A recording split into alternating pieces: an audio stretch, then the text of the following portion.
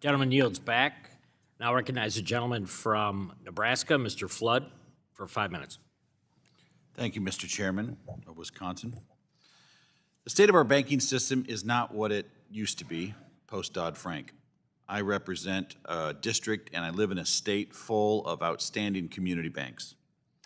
In the 1980s, there were more than 18,000 banks in the U.S. Today, there are fewer than 5,000 commercial banks. When I started on the Nebraska Unicameral Legislature's Banking Committee, we had over 300 banks, and today we have 137 and dropping. One is consolidation, and the other is a lack of de novo charters when it comes down to the big issues, and I believe both have the same root cause, regulatory burdens.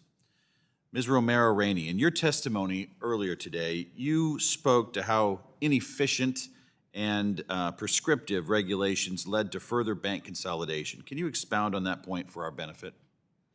Absolutely. I think the core theme for me here is, as we look at the community bank business model that is tied directly to relationship lending, we need to look at it through a lens of how do we proportionally manage that risk. And unfortunately, regulation that has been written over the years, 4,000 new pages in the last 2 years, has not been proportionate to the community bank business model. And that comes at a higher cost to community banks, which absolutely contributes to consolidation. One of the things I love about our banking system in America is that it's diverse. You've got the GSIBs, you've got the regionals, you've got the community banks.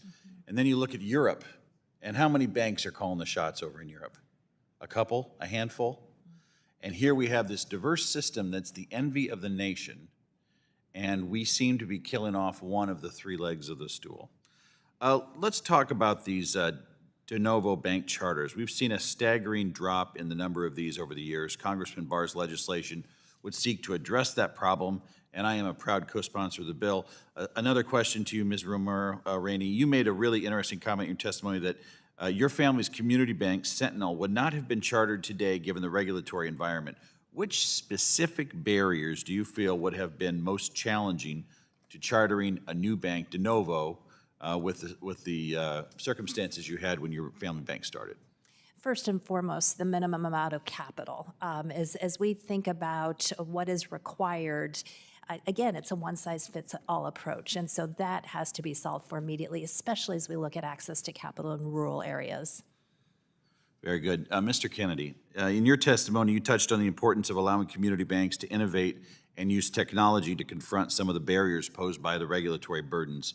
I totally agree. And I would be fearful if I were running a community bank of getting into bed with a third-party vendor that could take me a place where my license could be suspended. But how can technology help smaller institutions face the challenges posed by the regulatory burdens? What do you think of that?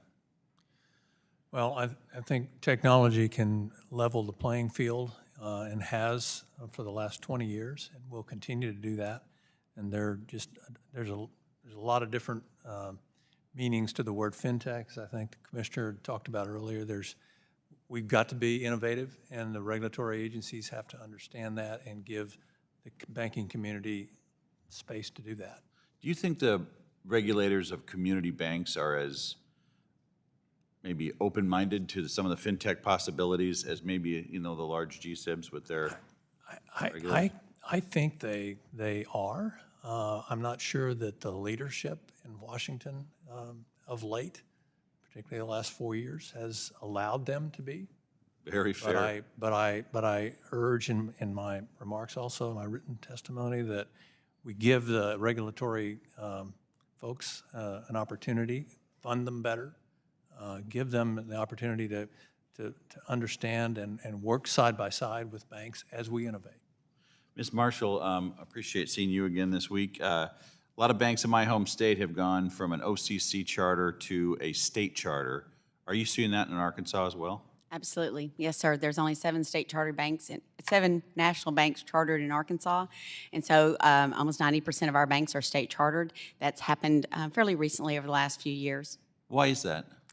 I will say it's our relationship to those institutions, our knowledge of the local communities, our accessibility, our willingness to partner with them in a way that it's not inappropriate, but best suited for both organizations to maintain that healthy, vibrant community banking sector. Do you think the OCC wants a larger bank to regulate? Do they want to be in the space of community banks? I wouldn't be able to speak to what the OCC would or would not want. I can just assure you that our banks are pleased with the relationship they have with the state. Thank you.